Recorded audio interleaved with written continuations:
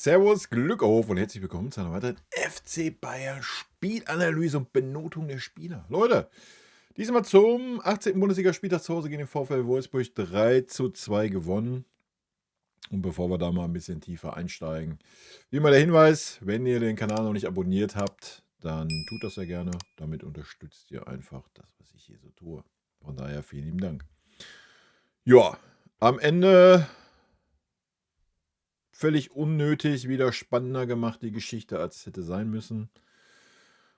Ja, bis zur Musiala-Auswechslung oder Einwechslung haben wir ein sehr, sehr gutes Spiel gemacht. Danach ging nichts mehr.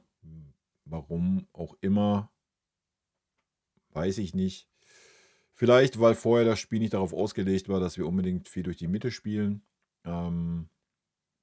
Wir haben viel, viel mehr über Außen gespielt und dann kam Jamal Musiala und plötzlich hatte man das Gefühl, so keiner weiß mehr, was soll er jetzt gerade machen mit dem Ball nach vorne. Ganz komische Situation irgendwie. Bis dahin war es ein super Spiel und das auch ohne unser Messias Jamal Musiala haben wir uns genug Torchancen herausgespielt. Da darf man natürlich auch die ein oder andere mal mehr machen. Ja, mal Grüße gehen raus an Kingsley Coman. Also 1:1 gegen den Torwart. Ja, kannst ja vieles machen, damit ich den Ball neben das Tor schießen, Alter. Aber das weiß er selber, hat man auch gesehen bei seiner Auswechslung, dass er da selber bedient war. Ansonsten, ja, war es ein gutes Spiel von uns. Ja, man hatte auch nie das Gefühl, dass das jetzt irgendwie noch in die Hose gehen könnte. Erst nach der Einwechslung. Keine Ahnung. Warum? Ich weiß es nicht. Vielleicht hat man abgeschaltet beim 3:1, hat gesagt, komm, wir tingeln das nach Hause irgendwie. Dann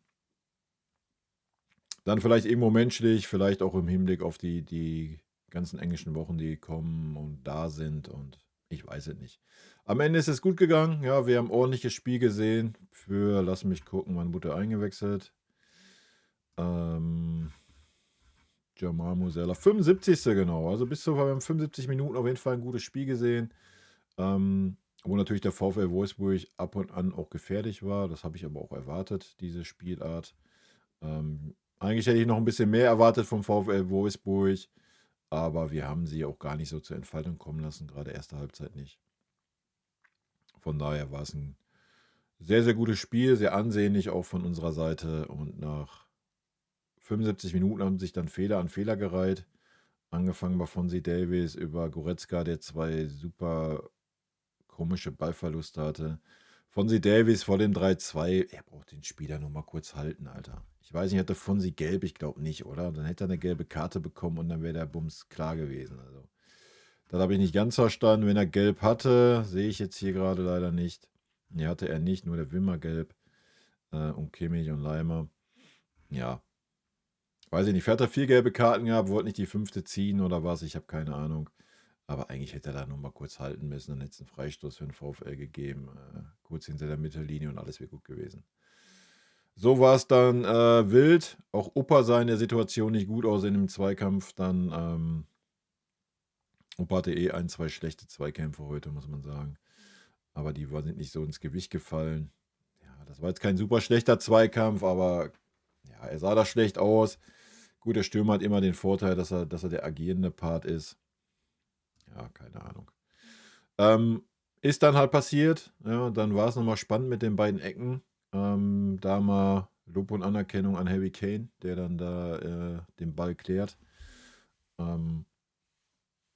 Ja, und so haben wir es 3:2 gewonnen. Verdient gewonnen, ich denke, das steht außer Frage. Aber wieder völlig unnötig, da zum Ende hin die Sache spannend gemacht. Zum Schiedsrichter, keine Ahnung.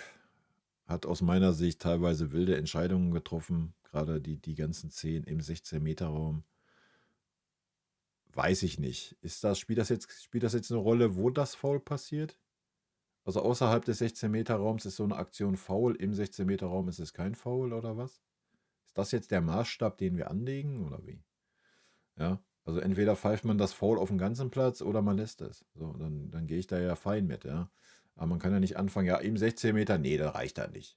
Da reicht das nicht. Oh, außerhalb des 16er, Pfiff, Freistoß für uns. Also, Leute, I don't know. Das Tor von Kimmich, ja, alles gut, der war mit dem Kopf gar nicht dran. Ja, wäre jetzt irgendwie mit dem Kopf dran gegangen, hätte sich da vielleicht selber ein bisschen angeköpft, hätte das Tor mit Sicherheit gezählt. War er nicht, er hat es direkt mit der Schulter reingemacht. Kannst jetzt drüber streiten, wo fängt die Hand an, wo ist Handspiel, ist hier Handspiel oder nicht, keine Ahnung. Bin kein Schiedsrichter, ist mir scheißegal. Es ist so, wie es ist, es wird so gepfiffen und gut ist. Ja. Aber ansonsten haben wir das Spiel im Griff gehabt. Wolfsburg hat ab und wann mal versucht, Nadelstiche zu setzen. Wir hatten so 10 Minuten auch in der ersten Halbzeit, wo wir das Spiel so ein bisschen außer Hand gegeben haben. Dann waren wir aber wieder da. Ich weiß nicht, ob Wolfsburg da ein bisschen umgestellt hatte. Ähm, ansonsten haben wir das Spiel über die ganze Distanz halt im Griff gehabt. Und ja, aber Wolfsburg hat das gemacht, was Wolfsburg kann. Ne? Ich hätte eigentlich noch mit ein bisschen mehr Gegenpressing gerechnet. Das haben sie sich teilweise nicht getraut. Man hatte so einen Anflug, wie gesagt, diese 10 Minuten in der ersten Halbzeit, wo Wolfsburg das gemacht hat. Dann immer nur so punktuell, so ganz leicht. Aber man hat natürlich schon gesehen, dass es ein anderer Gegner ist wie die letzten Gegner. Ne? Aber ja, wie schon sagt, am Ende des Tages verdient 3:2 gewonnen. Und damit werfen wir mal einen Blick in die Statistiken. Ich habe es ja auch noch nicht gesehen. Ich aktualisiere hier nochmal den Bums. Gut, Ballbesitz 72:28. Abseits gab es nicht. Fouls 10:9. Ausgeglichen, Zweikampfquote 52:48. Schüsse aufs Tor 10:3. Schüsse insgesamt 25:7. Sind wir wieder bei den 3 Torschüssen, die wir so zulassen pro Spiel. Dass dann heute daraus wieder 2 Tore passiert sind. Ist wild. Ja. Wäre mal schön, wenn wir auch so eine Quote hätten. Haben wir leider nicht. Schüsse insgesamt 25:7, Ecken 6:2, angekommene Pässe 631:194, Flanken 13:2. Schüsse insgesamt, Harry Kane 7, Coman 5, Goretzka 4, Torschussvorlagen, Kimmich, Sané, Ulisse 1, gewonnene Zweikämpfe 6, Leon 5, Davis 5, Kim, Ballkontakte 112, Kimmich, 105, Kim, 100, Leon, Goretzka. Ja. Damit gehen wir rein in die Benotung. Kompanie. Ja, eigentlich hat er aus meiner Sicht von der Aufstellung her, gehe ich nicht mit.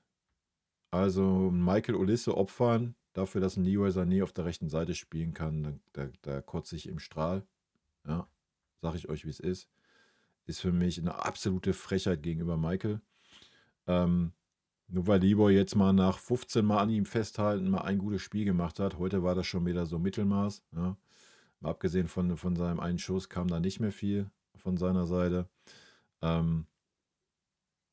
Dass Michael sich super schwer getan hat, erstmal seine Position überhaupt zu finden und seine Position auch zu halten in der Mitte, hat man gesehen, denke ich. Man hat es dann gesehen, wo er auf der rechten Seite war, ja, was er dann für einen Einfluss hat. Also das ist ein Experiment, was ich nicht nochmal sehen will. Das kann man sich schenken, sorry. Also das ist ein Leroy Sané nicht wert. Ist meine persönliche Meinung. Ja, das ist. Habe ich nicht verstanden, dass ein Conny Leimer reinkommt, war mir klar. Dass ein Goretzka spielt, war mir auch klar. Leon hat es ja auch gut gerechtfertigt. Der Rest ist völlig fein von der Aufstellung her. Die Wechsel, dass man Leroy rausgenommen hat, war genau die richtige Entscheidung. Man hätte ihn noch eher auswechseln können, meiner Meinung nach.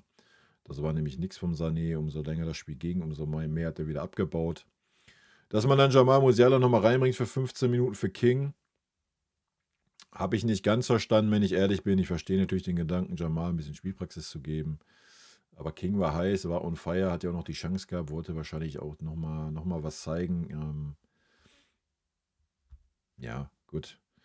Vielleicht hätte man einen oder anderen Wechsel noch machen können, ja, im Hinblick auf die englischen Wochen. Habe ich das nicht ganz verstanden, warum man nur 2 Wechsel gemacht hat. Das kann man mit Sicherheit kritisch sehen. Und von daher würde ich Kompanie heute eine Note 3 geben. Gut, damit gehen wir rein. Manuel Neuer, 3 Schüsse aufs Tor, 2 Tore. An den beiden Toren konnte er wenig machen. Den einen Ball, den er gehalten hat, den hat er ganz gut gehalten, auch wenn es. Also, er hat den gut gehalten, keine Frage. Mir fehlt immer so ein bisschen die Spritzigkeit bei Manuel Neuer mittlerweile. Ja, aber das ist auch normal in dem Alter. So, er hat den Ball gehalten, die anderen beiden, würde ich jetzt sagen, war nicht so, dass er die hätte halten können, wahrscheinlich. Weiß ich nicht. Alles gut. Ansonsten hat er einen starken Ball gespielt auf King, ja, der mit ein bisschen Glück halt durchging. Ansonsten hat er eine eine ganz souveräne Vorstellung gehabt. Der Manu war alles okay. Bei 2 Gegentoren, ja. Konnte er nicht viel für. Nichtsdestotrotz sehe ich ihn bei einer 3. Düt, düt, düt, düt, düt.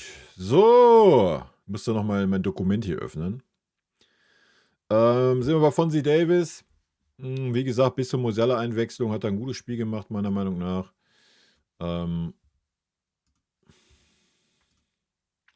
Das Verhalten vorm Gegentor, weiß ich nicht. Das fand ich so ein bisschen wild, habe ich ja gerade schon gesagt. Da musst du einfach schlauer sein und ihn einfach mal halten. Mit ein bisschen Glück pfeift der Schiri auch gar nicht, zeigt dir gar nicht die gelbe Karte. Hat ja lange gezögert mit gelben Karten.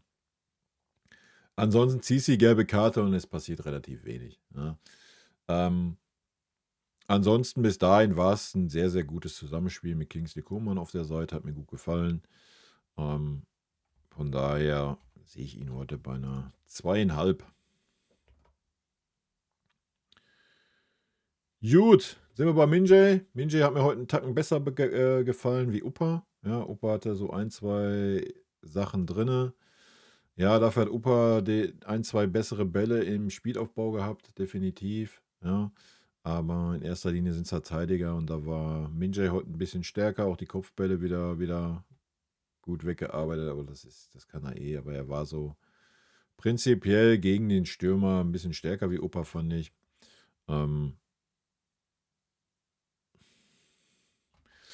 Ich sehe Minjay heute auch bei einer 2,5 und einen Opa sehe ich bei einer 3,5. Und ich schon mal vorwegnehmen. Blend ihn euch aber natürlich nochmal ein. Wie gesagt, im Aufbau war es gut. Wir haben auch gerade erste Halbzeit sehr variabel aufgebaut. Immer wieder mit einem Goretzka, der sich hat fallen lassen auf die linke Dreierkettenposition. Das hat mir gut gefallen. Zweite Halbzeit war es dann wieder eher so, dass Kimmich sich hat fallen lassen. Und ja, wir waren sehr variabel auf jeden Fall, was das Aufbauen anbelangt. Generell waren wir auch vorne sehr variabel.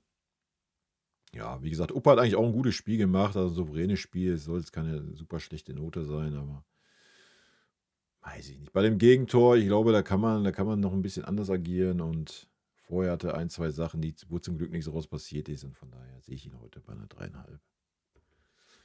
Gut, damit kommen wir zu Conny Leimer. Conny Leimer heute defensiv nicht negativ auffällig. Ja.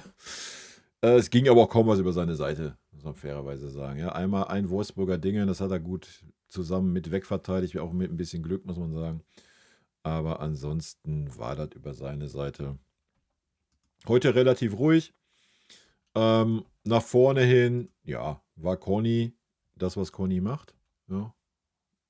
Starkes Gegenpressing, ja auch gerade erste Halbzeit, immer wieder Vollgas angelaufen. Zusammenspiel mit Leroy, ja, war so semi. Mit Michael war es viel, viel besser dann. Ja, da hat man gesehen, da ist einfach schon mehr Verständnis da, denke ich. Das hat mir dann wieder besser gefallen. Und daher sehe ich Conny heute auch bei einer 3.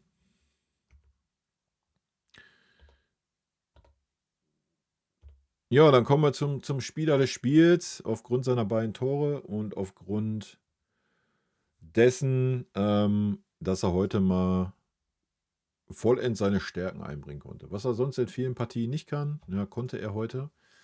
Das ist einfach Leon Goretzkas Stärke. Wenn er Raum hat, den Wolfsburg ihm da gegeben hat, ja, wenn er da antreten kann, wenn er 16 Meter hat, 18 Meter vorm Tor, hat er einen guten Schuss, haben wir gesehen.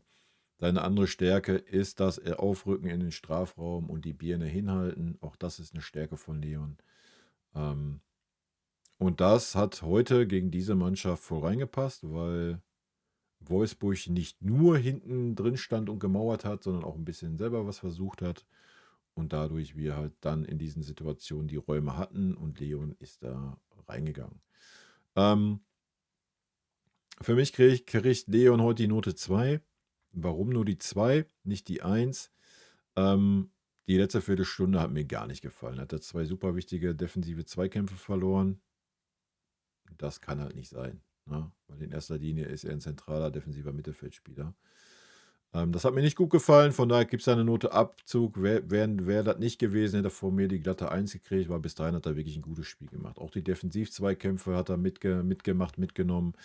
Sich immer wieder, habe ich gerade schon gesagt, wenn wir einen Dreieraufbau hatten, hat er über die linke Position in der Dreierkette mit aufgebaut.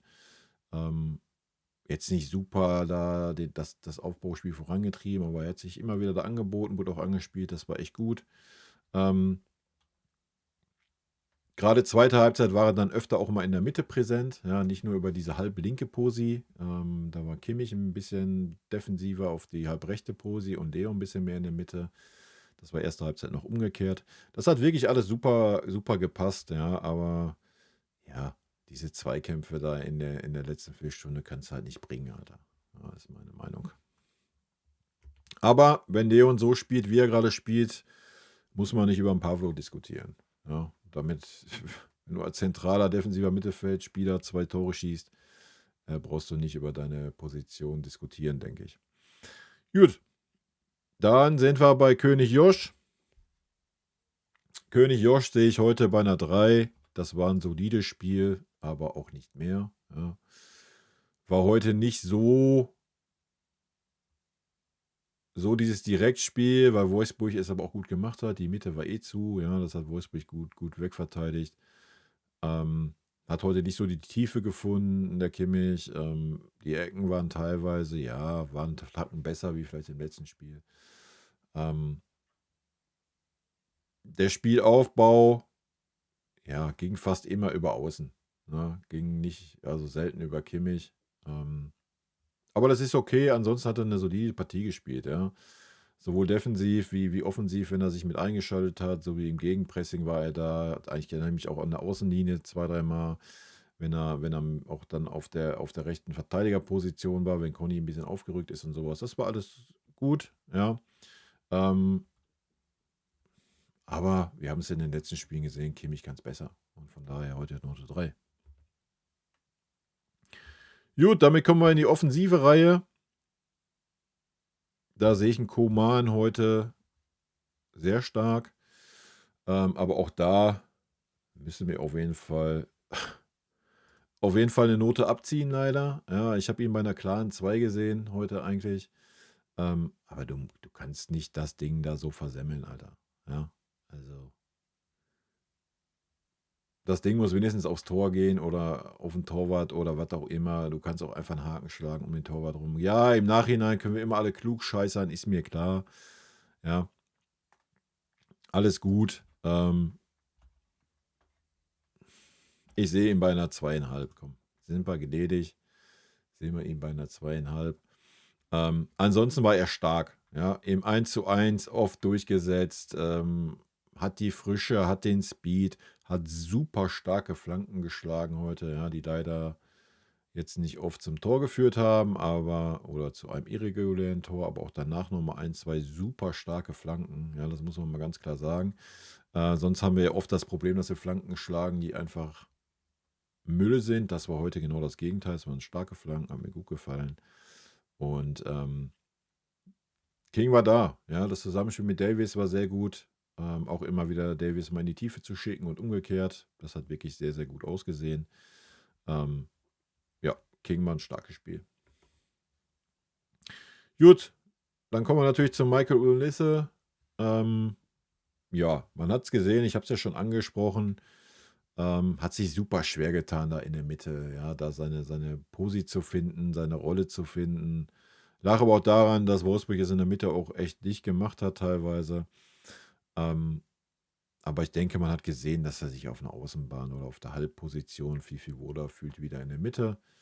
Wenn, müsste man ihm da vielleicht mal ein paar Spiele geben, dass er da ein bisschen besser reinkommt. Aber das alles nur, damit ein Lieber seine rechts spielen darf, das kann es nicht sein. Ja, das kann es nicht sein. Punkt. Fertig. Ja.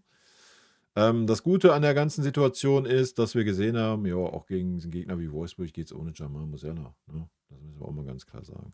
Maike für mich, auch aufgrund, dass er das Tor gemacht hat, Note 2. Ja? Hat dann auch, wo er auf der rechten Seite wieder spielen durfte, nochmal 2 sehr, sehr gute Flanken geschlagen und ja, war präsent, das Zusammenspiel mit Conny war gut. Ja, alles tutti, denke ich. Gut, damit kommen wir zu Leroy Sané. Leroy Sané, ja, ich will ihn gar nicht den Willen absprechen, ja, der da war, auch der Lattenschuss war stark, hat danach auch nochmal ein, zwei Aktionen gehabt, die gut waren, aber umso länger das Spiel wieder ging, umso weniger war Leroy präsent, umso weniger war er irgendwie eingebunden, keine Ahnung. Ich sehe ihn bei einer 3,5. Ja, es war eine ordentliche Leistung, aber er konnte auf jeden Fall nicht anknüpfen an die letzte Leistung. Ja, das ist meine Meinung. Aber habe ich jetzt auch nicht erwartet. Ich habe jetzt nicht erwartet, dass der Leroy jetzt auf einmal wieder auf diesem Level ist. Ja. Und nochmal, ich finde es super schade, dass man Michael dafür opfern will. Ja, nur damit Leroy glücklich und zufrieden ist und was weiß ich was. Zum Kotzen. Das ist mal klar zu sagen. Was aber nicht Leroy Sanés Schuld ist. Ja, das ist ganz klar eine Trainergeschichte. Gut, dann sind wir bei Harry Kane, wo ich mich heute ein bisschen schwer tue, ihn zu benoten. Hat viel geackert auch, habe ich ja auch gesagt, auch dann in der Nachspielzeit da bei der Ecke hat er den Ball da oder hat entsprechend gestört, dass der Spieler den Ball nicht besser aufs Tor bringen konnte. Ja. Normalerweise müsste er dafür schon eine Note besser kriegen. Ich erinnere mich an die Szene, den Angriff über 60 Meter, den er selber einleitet. Der Ball war dann nicht optimal reingespielt, deswegen ist er so ein bisschen in Rücklage gekommen. Hatte irgendwie, was haben wir gelesen, 7 Torschüsse oder sowas, leider kein Tor gemacht.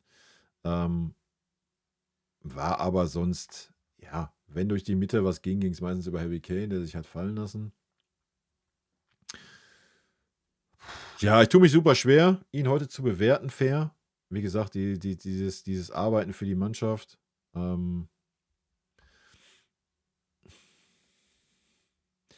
Keine Ahnung. Ich hätte ihm halt ein Tor gegönnt, dann wäre ich bei einer klaren 2 gewesen aus meiner Sicht. Ja, so sehe ich ihn zwischen 2,5 und 3 irgendwo. So wie letztes Mal so eine 2,75, da was wir letztes Mal bei den Spieler hatten. Ja, ich gebe ihm eine 3, ich will mir nicht wieder anhören. Es gibt einen Harry Kane-Bonus hier, wenn ich eine 2,5 gebe. Ich gebe ihm heute mal eine 3, ist aber eine gute 3 aus meiner Sicht. Wohl, wenn wir die Szene mitnehmen, ich gebe ihm eine 2,5, Alter. Punkt. Dann hat er halt den Harry Kane-Bonus, hat er sich dann verdient bei der letzten Ecke, ja, wo er den Gegner dementsprechend gestört hat. Sonst hätte das vielleicht nochmal gefährlich werden können und hätte 3-3 gefahren. Ja, also von daher. Für mich die 2,5. Gut, kommen wir noch zu Serge Gnabry, der mir nicht gut gefallen hat. Ja, kam 67. Benoten wir also nicht. Kann er froh sein. Mit seiner neuen Frise ist der Schwung weg gefühlt. Ja, hat sich super schwer getan, hatte dann aber auch das Problem, dass 8 Minuten später Jamal Musiala reinkam und unser Offensivspiel zum Erliegen kam. Und wir super, weiß ich nicht, durcheinander waren, dachten auch, ja, der Messias ist auf dem Platz, das Spiel ist gelaufen oder was. Und Wolfsburg dachte sich so, ja komm, dann gucken wir doch mal. Weiß ich nicht. Serge Gnabry war kein Faktor. Ja. Hatte eine gute Aktion. Aber fairerweise, wie gesagt, es ging dann auch nicht mehr viel nach vorne. Ja. Von daher war es schwer, dann auch nochmal irgendwas zu zeigen.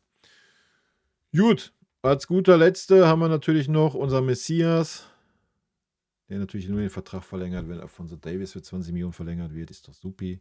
Ich denke, in den nächsten 2 Wochen wird das bekannt gegeben. Halleluja!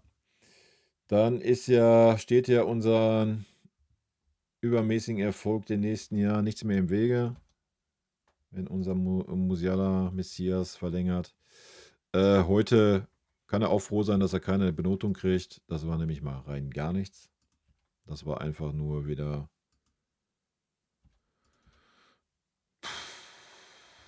Weiß ich nicht. Ja, eine Auktion, aber vieles war wieder so. Keine Ahnung, ich habe gerade so ein bisschen den Eindruck,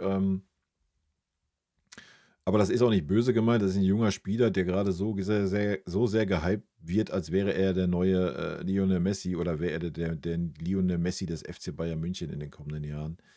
Dass man dann da ein bisschen abhebt, denke ich, ist auch völlig normal, ja. Aber so hat man das Gefühl, zumindest habe ich das so das Gefühl, dass er das mittlerweile auch so sieht. Ja? Und dann wird es immer ein bisschen gefährlich. Aber das werden die nächsten Spiele zeigen, wenn er dann mal wieder von Anfang an spielen darf, ob das wirklich so ist oder nicht.